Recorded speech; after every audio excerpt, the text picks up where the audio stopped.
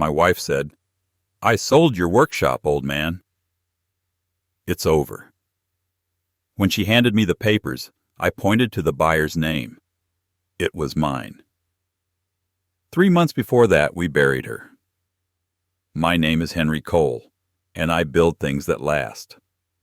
I am 63, a welder by trade, a grandfather by grace. The workshop sits behind my house, a 30 by 40 pole barn I built 20 years ago with my own hands.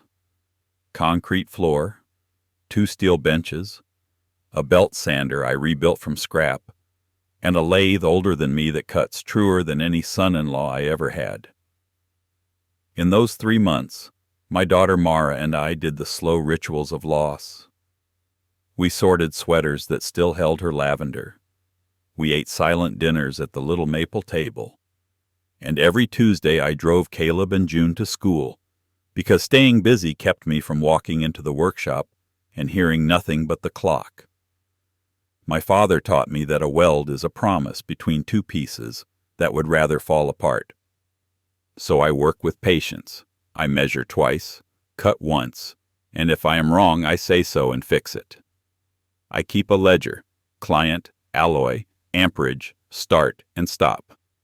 So when the grandchildren ask how a hinge keeps quiet, I can point to a day and a method, not a guess. I like order because order is kind. Jars labeled by thread, chisels sharp on Sundays, sweep at close. Boundaries too, a fence that is straight, a line on the shop floor no one crosses unless invited. Money is a tool, not a scoreboard. I save for better blades and pancakes. My temper is slow. I do not shout unless someone is about to get hurt. Grief reworks a man from the inside. I made lists, stuck to routine, tried to be gentle at the table with Mara while the kids talked about school. I believed honest work and steady rules could hold a house together. The first odd thing was the urn. It came by courier in a plain box with a sticker that said partial remains. The cardboard was scuffed, the latch tinny, the weight wrong in my hands, too light, like a coffee can with a handful of sand. Inside, a plastic bag with a twist tie. It was ridiculous and ugly and not at all like the thing my wife would have chosen. She kept recipe cards on real paper and hated anything with a fake shine. I told myself the funeral home had a supply chain problem. I told myself a lot of things that week because if you say a thing calmly enough, you can sometimes make your heartbeat believe it. The second odd thing arrived 12 days later. A postcard addressed to my wife, postmarked 2 days after the service, from a town 2 states over I had never heard her speak of. A cheap beach scene with sunburned people and umbrellas that would not last a season. The handwriting was her handwriting. Her slanted capital S, the way she crossed her T at the very end of the word, and the habit of dotting an I fractionally to the right, like she was in a hurry to move on. "See you soon," it said. No nickname for me. No joke about sunscreen. Just 3 words that felt like a knuckle on my breastbone. I put the card in my pocket and said nothing. Old men who talk too much end up talking to themselves. Besides, grief is a fog that edits the world. My eyes read the letters. My mind took out a pencil and corrected the parts that hurt. Then came the knocks on my workshop door. First a card slid under the jamb. We help families right size. A man with soft shoes and a hard smile followed. He shook my hand too long, let his eyes travel over the benches, counting. "We understand you're downsizing," he said, like it was a weather report we both had heard. "We can clear this place in a day. Cash. No hassle." He named a number that would have bought my lathe's chuck and not much else. He called the lathe that drill, and tapped a toe against my belt sander like he was waking it up. His gaze snagged on blue masking tape labels I had made years ago.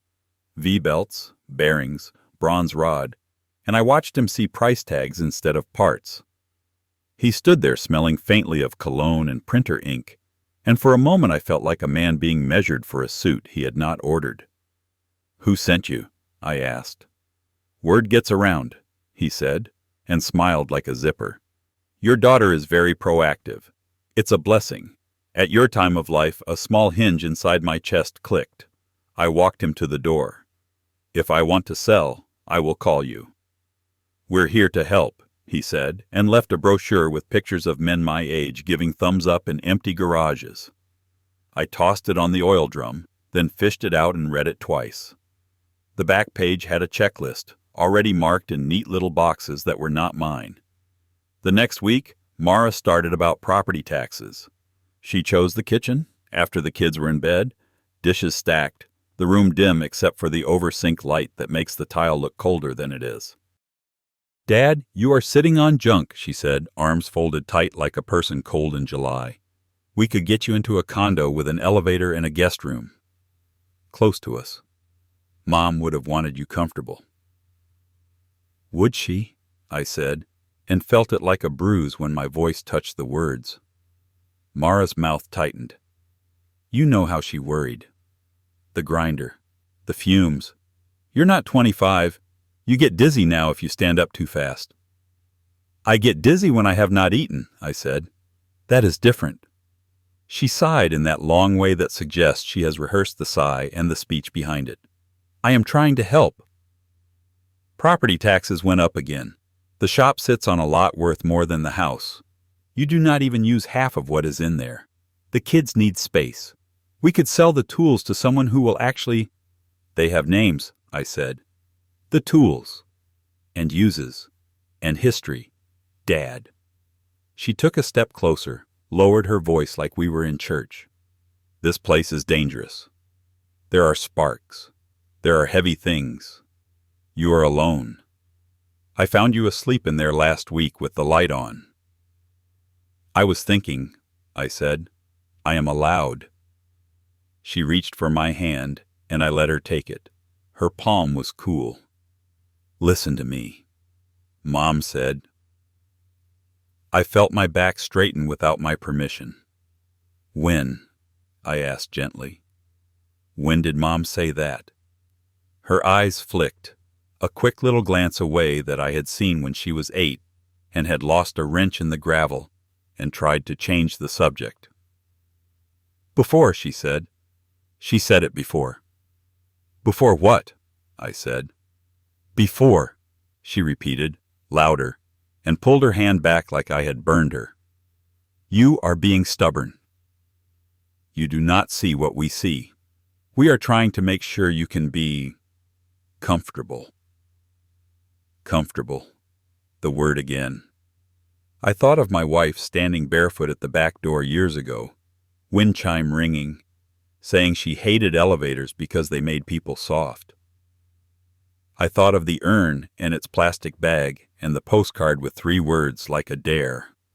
I thought of the realtor's soft shoes and the boxes on his checklist already checked. Something sour moved in my stomach, an old warning I have always listened to around heavy machinery. I said nothing. I counted to 5. I looked for the part of the problem that would move if I put pressure on it. Mara kept talking, piling reasons like scrap on a cart. "The market is good now. We can list the land and the shop together, maybe even open house next month. I know a guy who—" "You know a guy," I said. "Since when do we sell what we do not understand because a guy is ready?" "This is not about understanding. This is about reality," she snapped, and then caught herself, smoothed her face. "It is about safety and taxes and the grandkids having a better school district." "The grandkids." She put them on the table like an ace. "You can love them," I said, "without selling the floor under their feet." Her eyes shined, not with tears, with something sharper. "You think this place is their future?" "I know what it taught me," I said. "Patience. Work. The difference between a clean cut and a messy one." She shook her head, grabbed the towel, dried a plate that did not need drying. "Mom and I talked about this," she said soft again. "She did not want you to die in there." My hands went still. The room went quiet in a way that had nothing to do with sound. There it was, a seam showing. I wiped my hands on the dishcloth and hung it back straight. "I am not dead," I said, "and neither is that place." She stared at me like I had missed the point on purpose. "You are impossible." "Sometimes," I said. "That has kept me alive." That night, when the house was finally still, I took the postcard from my wallet and set it on the table. See you soon. The handwriting was hers. The habit of the dot was hers. But the words were not. She would have added a crooked smiley face just to annoy me. She would have written my name. She would have mentioned the coffee I always drink too late at night. I traced the postmark with a fingertip until the ink smudged. I looked at the urn on the mantel and thought of its weight. I had not opened it. I had not wanted to. I told myself that was respect. In the dark, respect can look a lot like fear. In the morning, I swept the shop floor that did not need sweeping and listened to the broom say I was still here. The light came on with its usual hum. The lathe stood patient. On the bench, a tape measure lay open to 20 inches, and for the life of me I could not remember leaving it that way. A small thing. A hinge sound in my chest again. The third odd thing came with a chirp of brakes and a van door sliding open. "Morning," the man said, swinging a tool bag down onto my driveway. A key company logo gleamed on his shirt. "Here to rekey the workshop and install a lockbox.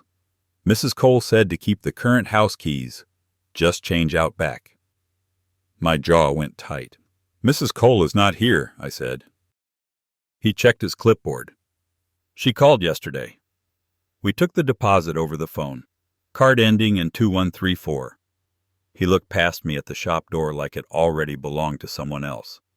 "Says there's a showing next week, so we should move fast." "Who scheduled you?" He tapped the form. "Client of record, Green Sparrow Solutions. Contact, Mara family." I walked him back to his van. "Job's canceled," I said. "Write declined by owner and keep your receipt." He hesitated, then scribbled and tore off the yellow copy. I took it. The sun hit the carbon and made the letters shine like a bruise. I went straight to the shop office, pulled the file drawer, and lifted the bundle of paper statements held with 2 rubber bands. I read like I was checking a seam for cracks, slow, finger on the line, unwilling to blink. 2 transfers I did not recognize, each for $3,000, to a company called Green Sparrow Solutions. Same memo both times. Consulting. Both landed the week my wife died. I set the statements in a neat square, then squared them again, because hands need to do something when your head is boiling. I copied the address from the receipt and drove there during lunch on a Wednesday. It was a mailbox store. Neon open sign buzzed like a mosquito. Inside, the same cologne ink smell as the realtor's brochure. Box number 204. I stood there and watched a woman with a brittle smile hand out small packages to a line of people who did not want to make eye contact with their own choices. On the way back to the truck, the gusty wind off the strip mall made a racket through the fake palms, and I remembered my wife's last trip to the grocery store, the way she left like a tide pulling back too far. No list on the counter. No, "Do not forget milk." Just the wind, and then gone. Pressure moves things. I followed it. The next day I went to the storage unit we had shared back when the workshop roof was being replaced. She kept a duffel there, old dance shoes and a jewelry roll she never wore, a time capsule that should have been easy to open. The lock was new. I own a bolt cutter. Inside, her things were rearranged like a stage set. Duffel centered, boxes with labels facing out, a folded blanket that did not belong to our house. Fresh dust on old cardboard. The hairs on my arms stood up. Under the lid of a file box, taped clever as a hidden hinge, was a burner phone. I peeled it free and pressed the button. It woke up meanly bright. One text sat on the screen as if it had been waiting for me. Friday 9 a.m. Bring the deed. From Mara's number. I sat down on the cold concrete for a count of 5 while my heart did its kicking. Then I stood, put the phone in my pocket, and closed the unit. I left the new lock hanging open on purpose. A signal to myself that this story was not finished. I did not call the police. Not yet. This was not a siren problem. This was a precision problem. I called a man named Lair who kept my union alive during lean years by negotiating with men who did not know the difference between steel and aluminum. He answered on the second ring. "What do you want to accomplish?" he asked. "Justice," I said, "and to keep what I built." I did not need the shop to feel important. I needed it because it held the shape of my life. Every bench nick was a year. Every jar label was a promise kept. When the lathe hummed, I heard the same steady note that had run under our best days. Letting that place go because someone else was impatient or greedy would have meant losing more than tools. It would have meant pawning off the story of my hands for quick cash and a staged photo of an empty floor. Caleb and June were the point. They did not need inheritances that would make them soft.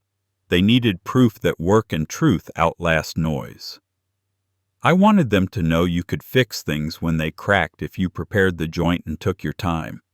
I wanted them to see a man refuse to be pushed out of his own doorway. One day, they should choose what to keep and what to sell, not because a liar forced their hand, but because they understood where value came from. I had made my share of mistakes. I had raised my voice when quiet would have done, and I had gone silent when I should have spoken. But I was not going to let Mara or her mother rewrite our history and call it care. They were counting on me being tired, on grief making me blind, on me wanting peace more than I wanted the truth. They did not understand that steadiness was not the absence of feeling.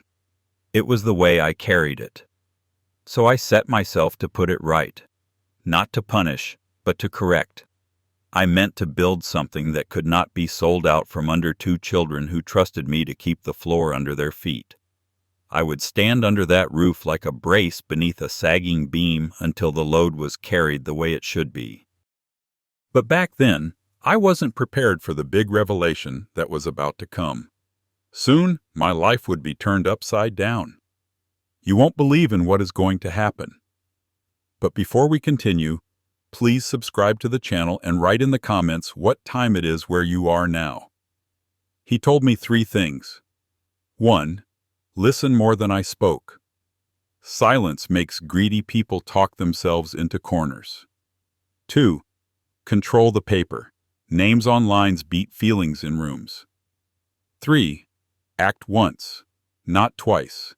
One clean cut, no ragged edges. Lair's office was a small square with a window that looked at a brick wall and a desk that had seen arguments. He slid a legal pad across to me and let me hold the pen. "You name it," he said. "If you name it, you own it." I wrote while he talked, the words landing like measurements. Trust, title, beneficiaries, boundaries. He did not dress it up. "Paper beats noise," he said, tapping the pad. "And you have noise." We built a trust, and I named it after something that did not move in a storm. Hickory Line Trust. Trustee, me. Beneficiaries, Caleb and June, my grandchildren. The schedule was simple and decent.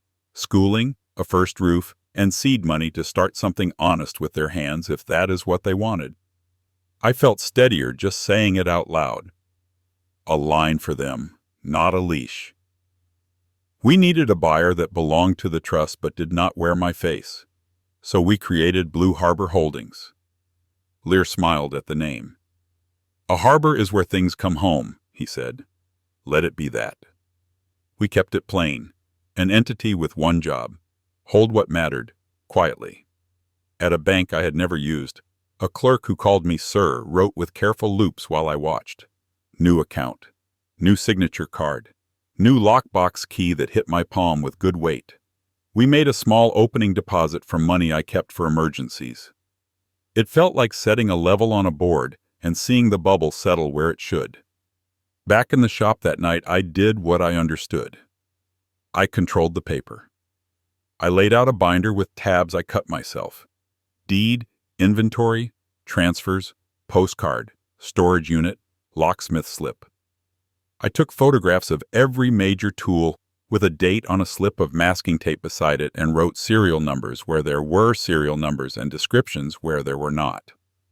I made a contents list the way a man makes a grocery list when it matters. Nothing fancy, nothing missed. Then we waited. Waiting is work if you do it right. I kept my mouth shut and my ears open. I swept a floor that was already clean. I put the trust documents in the office safe and the key on a ring with a blue fob that felt like a promise. Friday at 9 would come. When it did, I meant to act once. Friday at 9 a.m., my supposedly late wife walked into my workshop in a jacket I had seen in the closet 100 times. The zipper was nicked where it always stuck. Her hair was pulled back tight. Her mouth was tighter. The cold air followed her in and made the dust hang like a curtain. Mara stood behind her, arms folded, phone face down in her palm, watching me the way a hawk watches a mouse that is pretending to be a rock. For a second, my knees forgot their job. I put a hand on the bench to steady myself. The shop clock ticked like it had learned a new, mean rhythm. 3 months of lavender-scented sweaters and a tinny urn with a plastic bag inside collapsed into the shape of a woman who did not bother to look at me first. She looked at the lathe, the shelves, the ceiling joists, counting. "You look bad," my wife said, as if opening with mercy cost money. "Pale," she sniffed. "This place smells like old oil and grief." Mara's eyes flicked around like an appraiser's. "We are doing it today," she said to her mother, not to me. "There is a window between 9 and 11. The locksmith is on standby." I heard myself answer from somewhere steady. "You had a funeral." I carried the box. She glanced at the mantel through the office doorway, where the urn sat like a joke we were all supposed to laugh at. "Some people love ceremony," she said. "It helps them accept change." I took in the details they did not mean to show me. The tan line on my wife's wrist where her wedding ring should have been. The new gold chain with a little flat coin instead. The fresh manicure, pale pink, never her color. A tiny scratch on her cheek that said, "Motel mirror, not our bathroom." Mara's shoes, new, fast-walking shoes, and the way she would not meet the corner where the kids' drawings hung on a nail. "Mom and I did what we had to do," Mara said, and I felt the words like grit in a bearing. "You were drowning." "We had to be practical." "Practical," my wife repeated, tasting the word like a sweet. "We cannot keep pretending this is a museum of Henry." I counted to 5. I let the counting finish. "How long?" I asked, quiet. "How long did you plan this?" Mara hesitated, then shrugged with a bright little fake smile that was meant to look brave. "Long enough to get a good price. The market is strong. We have people ready. It is better for everyone. You will have a condo with an elevator and no stairs. You will be comfortable again." I looked at my wife, at the way she stood dead center in the doorway, so she would be the first thing I saw. Once, her mouth had softened when she looked at me in this place. Now, it pinched in calculation. "You are welcome," she said. "You never handled the numbers anyway. I did. I have handled them again." "Handled," I said. "You mean hid." She smiled without teeth. "Do not be dramatic." I reached for the rag on the bench because my hands needed work. The rag smelled like linseed oil and old wood. I wanted to ask about the postcard. I wanted to ask what motel had her name on the register and what she told the mirror when she practiced this scene. I wanted to ask my daughter when she decided her father was a problem to be solved with boxes and a key man. But wanting answers is not the same as needing them when you are being robbed in daylight. Mara shifted, impatient. "Let us move this along." My wife's eyes swept the benches one last time. She pulled a set of papers from a fat envelope and fanned them in the air like a dealer about to win a hand. "We are going to do something practical with it," she said.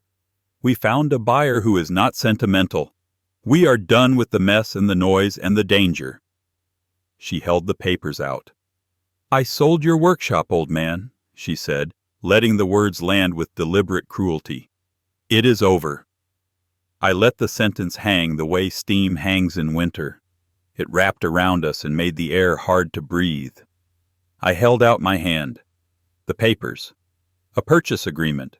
A bill of sale for contents cataloged by someone who did not know the names of anything. A deed transfer drafted by a notary I did not recognize. Whoever made the inventory had written drill where a lathe sat, saw where a belt sander hummed, junk cabinet where I kept precision dies.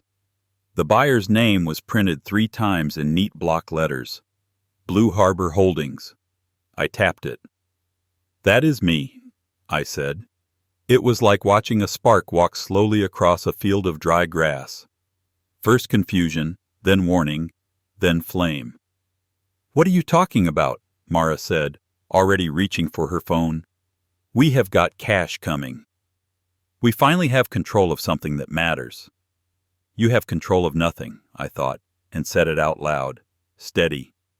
I slid a copy of the trust, thick white paper with a blue border, across the bench. Blue Harbor Holdings is owned by Hickory Line Trust. The trustee is me. The beneficiaries are Caleb and June. This workshop, the land under it, and the contents are now held for them. You sold my things to my own grandchildren. My wife's mouth pinched in that old thermostat argument way. You cannot do that, she said, voice thin with anger. I saw the money. $50,000, I said. An amount you picked because it sounded big and round and because the realtor told you an old man in mourning is a soft target. The money came from the trust. It can be tracked. This sale is clean. It is recorded. Mara's eyes flashed like she had just been slapped by arithmetic. Then we cancel, she snapped, jabbing at her screen. I will call the realtor. We will unwind it. We will... Call him, I said, and I moved the shop phone toward her like a card I did not mind letting her see. Put him on speaker. She did. The man with the soft shoes answered in a smile voice. I could hear traffic behind him. Mara explained fast, words stacking, breath short. We need to reverse. No, we need to hold funds. No, we need to add a rider. The buyer is Blue Harbor Holdings, he said, cheerful, unhelpful. Funds are settled. Title transfer is lodged. Any cancellation is at buyer's discretion. At buyer's discretion, I repeated, and looked at her. That would be me. Mara stabbed the red button so hard the phone beeped a protest. Her face had that shiny look pride gets when it is cornered. You think you are clever, she said. No, I thought I was tired of being stolen from. My wife took a step toward the office where I keep the ledger and the title box, because greed does not learn after one stumble. I put my hand on the doorframe. Do not, I said. Not one more inch. She laughed, cruel, like the snap of a wire. You cannot call the police.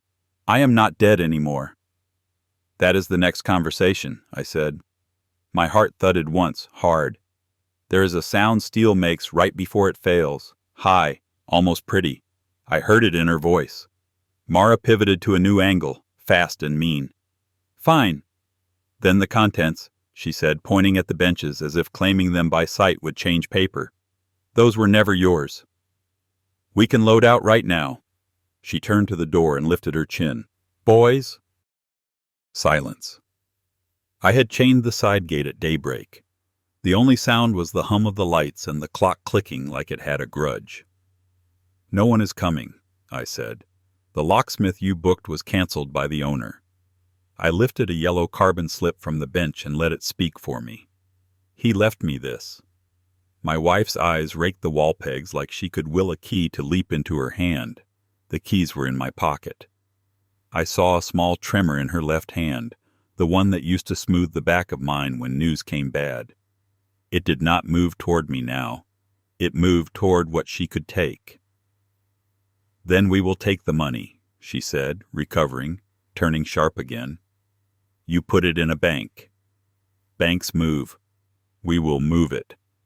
You will not, I said, and I let the calm be obvious. The trust controls it. Withdrawals require my signature and 2 witnesses, and the purpose has to match the schedule. School, first roof, small business. Your names are not on it anywhere it matters. Mara tried a softer tone, the one she used on customer service when she wanted fees waived. Dad, listen. We can still do something together. Sell the lot, split the proceeds, set up accounts for the kids. You tried that, I said. By yourself. While I swept a floor and you measured my life in saleable inches. They did not like being told what they had done. Their faces changed. Greed went blunt. Envy showed its teeth. Control is not love, my wife said. This place is a monument to your ego. It kept you from us for years. It owes us. This place fed you, I said, and felt the heat under my ribs rise and then flatten. It warmed the house when the power went out. It put shoes on your feet and braces on Mara's teeth. It taught 2 children that straight lines matter. It owes no one. Mara rolled her eyes, a teenager's gesture in a grown woman's face. Here we go. The sermons, I almost smiled. Sermons are speeches about rules you break anyway. I was not preaching. I was naming. She lifted her phone again and spoke fast, angry, to someone she thought was on her side. Hi, yes, I need to report a vulnerable adult being manipulated. My father. She turned so I could see my name typed into a note, ready to read. He has been confused. He signed something he does not understand. I raised my hand, not to stop her, but to ask for the silence Lair had told me to use. She talked over it, pushed the story, threw words like coercion and decline and unsafe. Then she paused, waiting for my reaction like a fisherman watching a bobber. I did not bite. I nodded to the bench where my ledger lay open, where every job for 20 years lived in block letters with dates and times and materials. If a man can keep numbers that clean, I said quietly, he can keep his head. The phone voice must have said something practical. Mara's face fell a half inch. She hung up and went for the next scheme. We will get an injunction. We will take temporary control. The court will see. The court, I said, sees paper. I brought paper.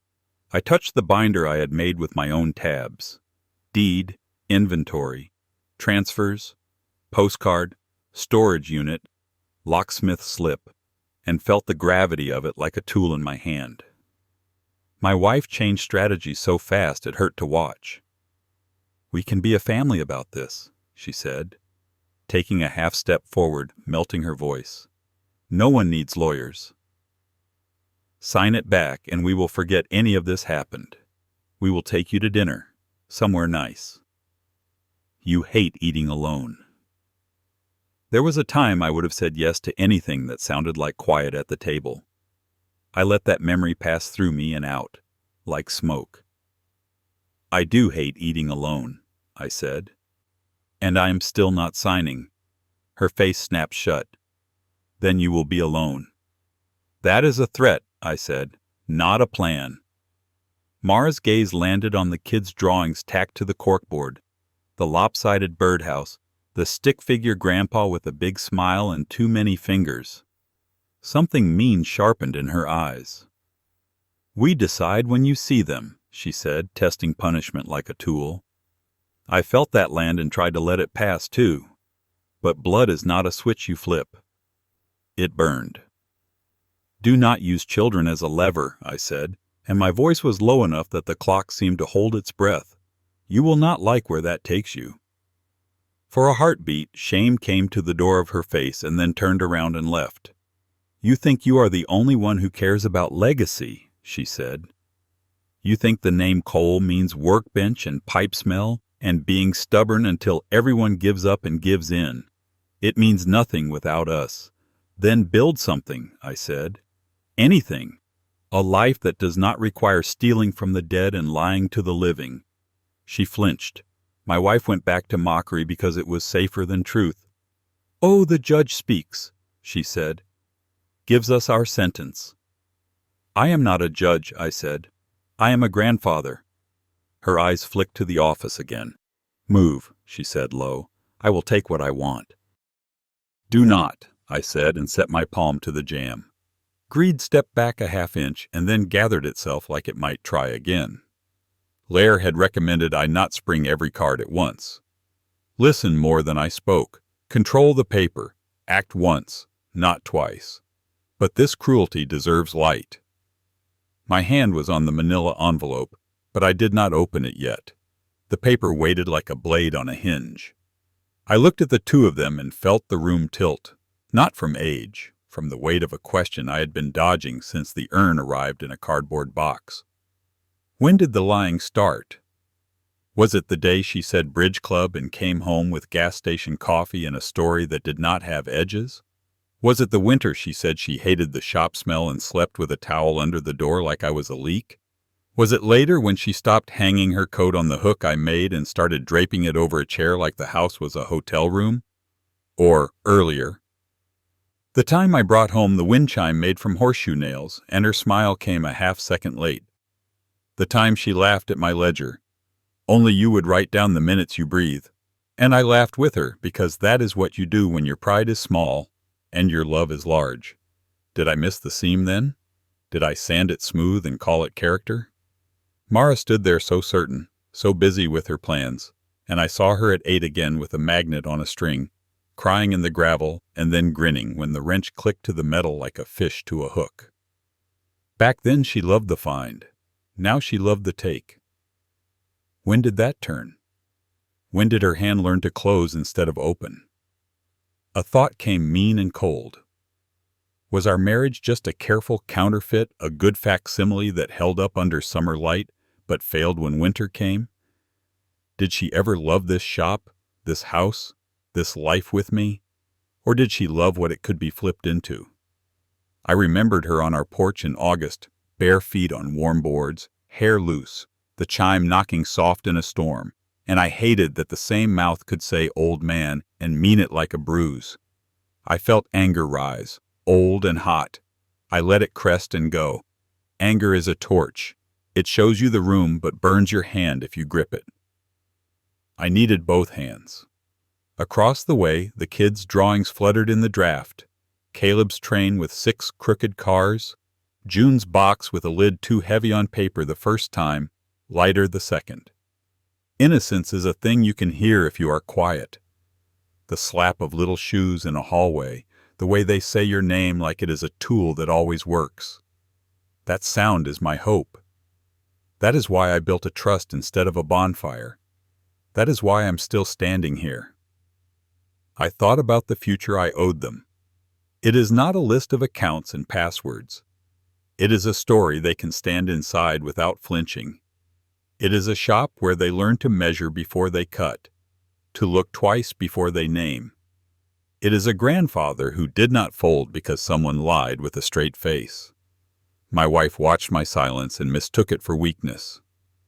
"You missed me," she said, soft now, like a hand reaching for a wallet. "I am here. Let this be easy, easy. Like turning your back while they empty your pockets and call it kindness. Like telling 2 children that love means whatever the loudest person needs it to mean today. I am too old for easy. I am old enough for true." Mara tried another angle. "We can still walk out of this as a family," she said. "We will say it was a misunderstanding. We will keep your name good. My name is my work. My name is the straight rail on a stair, a stranger trusts without thinking, the hinge that does not scream at 3 a.m, the beam that carries weight long after I am gone. My name is 2 small faces at a doorway, watching my hands. My name is not for sale." I thought about the nights I lay awake and counted the tools I could not bear to lose, then the mornings I swept a floor with nothing on it but light. I thought about the first time Caleb asked me if metal was alive, and I said not the way we are, but it remembers. I thought about June pressing her ear to the wood and whispering that knots are like eyes. They are watching. We are being watched. The lies in front of me felt loud. The truth in me felt heavier. I picked up the envelope because it was time, not because I wanted to. I wanted a different morning, I wanted to never have seen that postcard, never have held a light urn and pretended it was heavy enough. But wanting is a wish. Duty is a grip. "This stops here," I said to them and to the part of me that still wanted old photographs to mean what I used to think they meant. Whatever we were, whatever we said, it stops at my grandchildren's names. The clock ticked. The light hummed. Somewhere down the street a dog barked and then changed its mind. I opened the envelope. Inside were copies. The postcard, the Green Sparrow transfers, the storage unit contract with her signature dated 1 month after the funeral, and a printout of the burner phone text with the Bring the Deed line circled in black.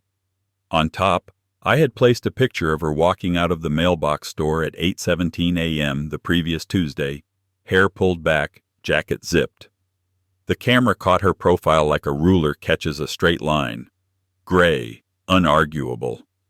My wife stared at the stack a long beat too long. The look on her face changed without moving, anger tilting into calculation, calculation into the thin shine of panic. Mara reached to flip the photo.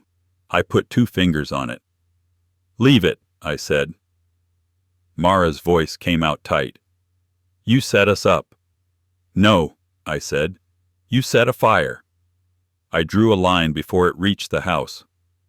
My wife tried for charm and landed on something brittle. "We would have shared," she said. "You would not have wanted for anything." "You aimed for everything," I said, "and you used a funeral as cover." Silence pressed in. The clock clicked like a metronome nobody could follow. I could feel the whole past standing behind me, asking what I would do with it. "2 choices," I said, and kept my voice level. "You sign that you will not contest what is mine and what belongs to the grandchildren. Or I file all of this and you explain it in a room with a badge and a recorder." "I will not say it twice." Mara looked at her mother, then at the envelope. Her jaw worked. "You would do that to family?" "Family," I said, "does not fake a death and sell a man's life while he is counting out screws for a birdhouse." I called Lair. 1 word. Time. 10 minutes later, the door opened. A notary set down a stamp that sounded heavier than it was. A deputy I had known for years took off his hat and stood where he could see everyone's hands. Nobody spoke. The paper made its own weather. My wife signed first. The pen scratched like a small animal trying to get free. Mara signed after, eyes bright with a heat that did not warm. The notary pressed the seal, 1 thud, then another. The deputy slid copies across the bench and read a single sentence in a calm voice about staying off the property and contacting me only through counsel. He did not raise his voice. He did not need to. My wife's last try was a whisper. "You will be alone." I shook my head. "I have work," I said, "and I have 2 children who watch me." They walked out without looking back, the door swinging shut with a hollow sound that felt like the end of a season. I stood in the quiet and waited for my hands to stop shaking. They did. Consequences began before the lights cooled. Lair sent the packet to the sheriff and the insurer. By afternoon, the claim on her death was frozen, and the funeral home had flagged the certificate. The deputy called to say a case file was opened. Words like fraud and conspiracy were written down by people who do not use them lightly. The mailbox store handed over renter logs without fuss. Green Sparrow turned out to be a rented box with a pretty name. The realtor found his commission reduced to a voicemail apology and a note from his broker. In the days that followed, what needed to happen, happened. My wife met with an investigator instead of a buyer. My daughter sat for an interview and learned what it feels like when a record is played back to you without your spin. There were papers stamped that did not belong to me, and doors closed that did. That night I did what I always do. I swept. The broom made its old sound, steady and soft, and the floor came clear strip by strip. I set the photo of the mailbox on the bench, then slid it into the envelope and shut the flap. The kids' drawings rustled in the draft. I touched the blue fob on the keyring and thought about two small faces at a doorway, about all the rooms I wanted them to walk into without fear. This was not revenge, I said into the hum of the lights. This was correction. Then I turned off the switch, locked the door, and went inside to call my grandchildren. I called as I set the kettle on. Caleb answered on the first ring, breathless like he had run to the phone. "Grandpa? You okay?" "I'm standing up," I said. "Pancake Saturday." June slid in close enough to the mic that I could hear her smile. "Can we help sweep?" "Same rules as always," I said. "Hands behind your backs until I say otherwise. Eyes on me when I'm working. No running by the grinders." There was a chorus of "got it," and something in my chest unclenched. Their voices were a clean edge in a noisy week. Hope is not a speech. It is two kids planning pancakes. I had just hung up when headlights washed across the front windows. A box truck idled at the curb.